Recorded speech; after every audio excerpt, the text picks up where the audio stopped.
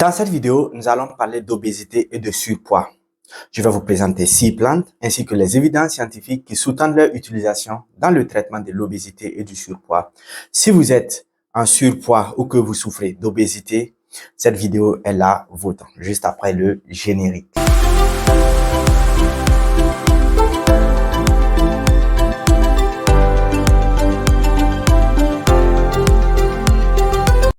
Je souhaite apporter des précisions.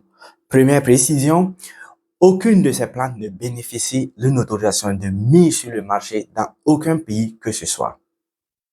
Elles ne sont donc pas reconnues par les autorités comme faisant partie de l'arsenal thérapeutique dans la prise en charge de l'obésité. Deuxième précision, ces plantes à elles seules ne suffisent pas pour traiter l'obésité et le surpoids. Elles doivent s'inscrire dans un programme global de prise en charge de l'obésité, c'est-à-dire réduire les apports caloriques, réduire au strict minimum les apports de graisse, ne pas fumer, ne pas consommer de l'alcool, faire de l'activité sportive de façon fréquente, bref, avoir une bonne hygiène de vie. Ce n'est que lorsque ces conditions sont réunies que ces plantes pourront vous aider à perdre du poids. Ceci étant dit, allons à la découverte de ces 6 plantes que vous pouvez trouver en Afrique subsaharienne pour la prise en charge de votre obésité ou de votre surpoids. 1. Camellia sinensis, le thé. Une revue de la littérature extensive publiée en 2023 par une équipe coréenne a révélé qu'au total, 12 études avaient investigué l'efficacité du thé dans le traitement de l'obésité. L'ensemble de ces études concordait à dire que l'utilisation du thé, notamment du thé vert, associé aux mesures hygiéno-diététiques à l'activité physique, permettait de réduire de façon considérable les marqueurs de l'obésité, mais également la masse graisseuse et l'indice de masse corporelle. Ici encore, j'insiste sur le fait que l'utilisation du thé, notamment du thé vert, doit être associée à l'activité physique et à une hygiène de vie saine. Ceci est d'ailleurs démontré dans l'une des études que je mentionnais tout à l'heure.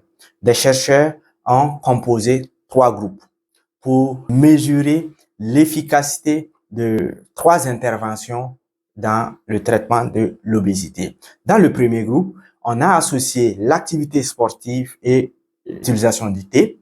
Dans le second groupe, on a administré que du thé aux participants et dans le troisième groupe, les participants ont réalisé de l'activité sportive uniquement.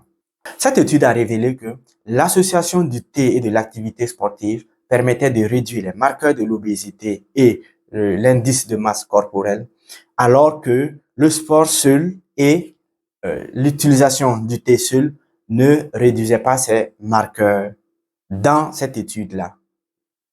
Donc, je me permets d'insister encore qu'il faut associer l'utilisation du thé à de l'activité sportive. Un autre aspect important à noter est la régularité. Dans une des études que je mentionnais tout à l'heure, les chercheurs ont comparé l'administration du thé à l'heure du repas le plus copieux de la journée à l'administration d'un placebo. Ils ont constaté qu'effectivement, pendant les 12 semaines d'administration du thé, l'indice de masse corporelle ainsi que les marqueurs de l'obésité diminuaient significativement et de façon constante pendant les 12 semaines. Par contre, à l'arrêt de l'administration du thé vert, l'ensemble des participants ont quasiment repris leur poids initial. Alors, je souhaite insister sur la régularité. De façon pratique, quels sont mes conseils pour vous? Il est difficile de transposer les doses utilisées dans ces études à votre utilisation quotidienne parce que c'est soit des extraits qui ont été utilisés, soit des modes de préparation différentes. Alors, ce que je vous conseille, c'est de boire environ 3 infusions de thé par jour, si vous préférez les infusions. Sinon, si vous préférez le thé préparé avec les feuilles, vous pouvez boire 3 à 5 petits verres par jour.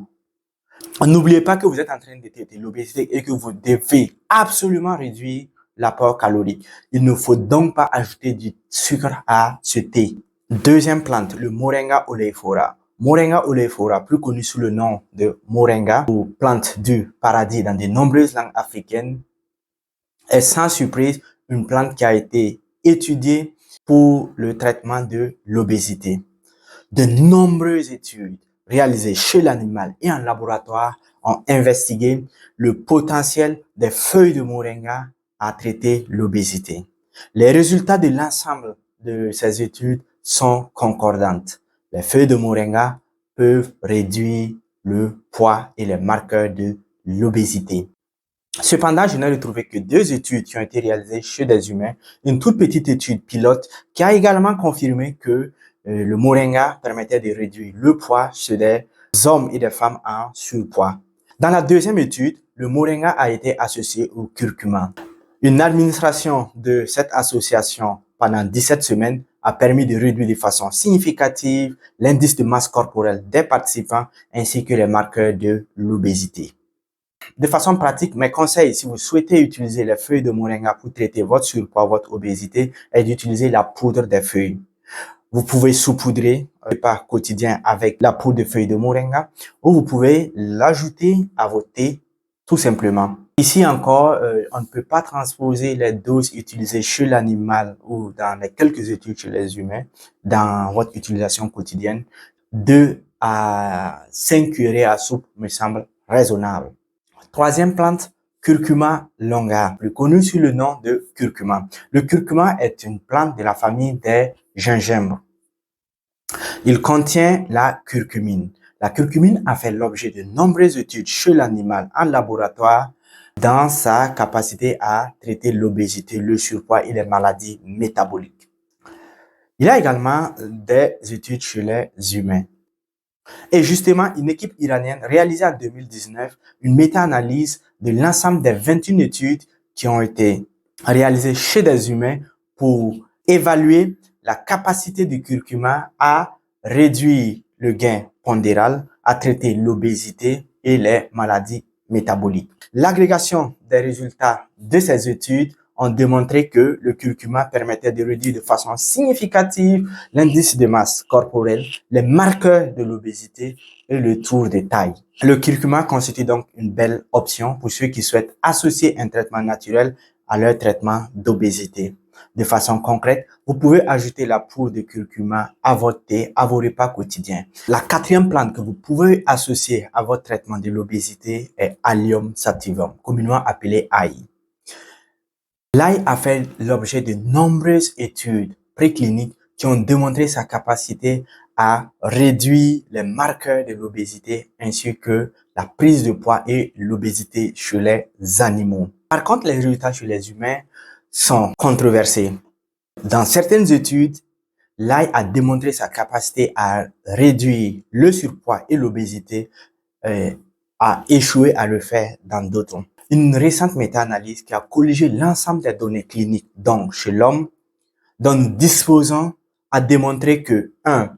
Réduisait de façon significative le tour abdominal, c'est-à-dire qui réduisait l'accumulation de graisse.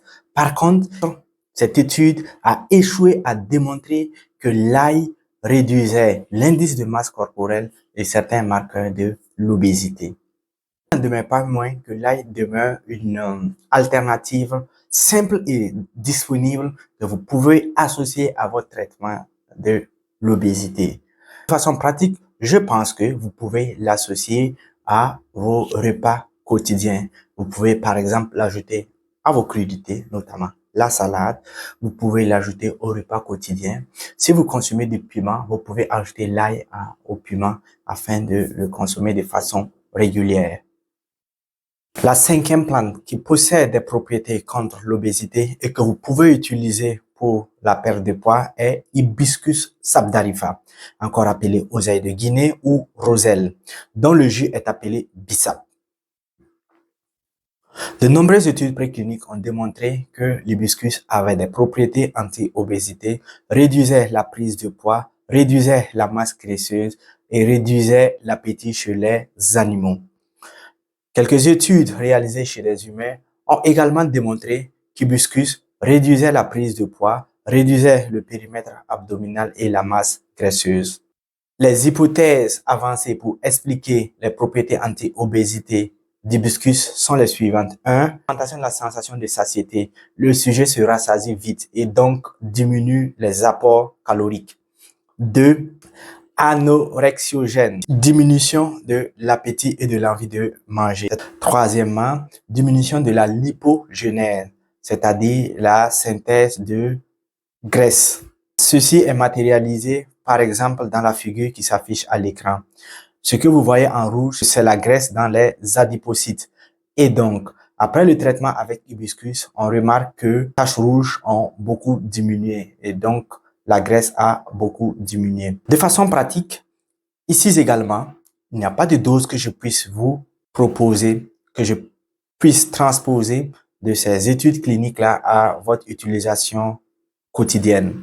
Ce que je peux recommander, c'est peut-être un verre de 33 centilitres d'hibiscus sans sucre, parce que nous sommes dans le cadre d'un traitement contre l'obésité, à prendre 3 fois par jour. La 6e plante avec des propriétés anti-obésité et que vous pouvez également utiliser pour la perte de poids, que je vous recommande, est Capsicum annum, le piment. Le piment contient une alcaloïde appelée capsaïcine. La capsaïcine a fait l'objet de nombreuses études précliniques qui tendent à démontrer son efficacité dans le traitement de l'obésité chez les animaux, dans la réduction de la prise de poids, dans la réduction de l'ensemble de la masse graisseuse. Aussi, des études réalisées chez des humains ont démontré que la capsaïcine avait des propriétés anti-obésité. Mais il faut noter que cela est controversé car certaines études n'ont pas retrouvé d'effet du tout. Dans cette très belle méta-analyse publiée en 2023, les auteurs ont démontré que l'utilisation du piment permettait de réduire de façon modérée la prise de poids, le périmètre abdominal et la masse graisseuse chez des patients atteints de surpoids et d'obésité. Alors, de façon concrète, si vous souhaitez associer le piment dans votre traitement global de l'obésité ou du surpoids, je vous recommande de l'ajouter tout simplement à vos repas quotidiens, que ce soit du piment en poudre ou du piment frais. Dans cette vidéo, j'ai partagé avec vous 6 plantes que vous pouvez associer à votre traitement global de l'obésité et du surpoids. Je souhaite insister encore une fois sur le fait que utilisées isolément, ces plantes n'auront aucun effet. Elles doivent être associées à de l'activité sportive, à une bonne hygiène alimentaire, à une alimentation saine, à la réduction de la consommation d'alcool, du tabagisme, etc. Ce ne sont pas des plantes miracles.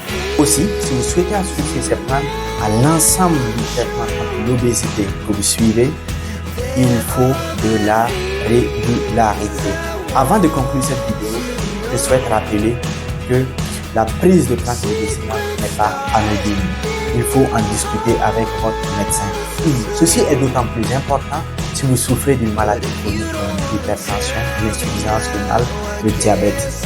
Il ne faut surtout pas prendre ces traitements sans l'avis de votre médecin. En rappel, les plantes que j'ai partagées avec vous pour leurs propriétés anti-obésité sont le thé vert, le moringa, le curcuma, l'ail, l'hibiscus et le piment. J'espère que cette vidéo vous sera utile et qu'elle vous aidera dans votre cheminement vers la perte de poids. N'hésitez pas à liker et à partager la vidéo si elle vous a plu.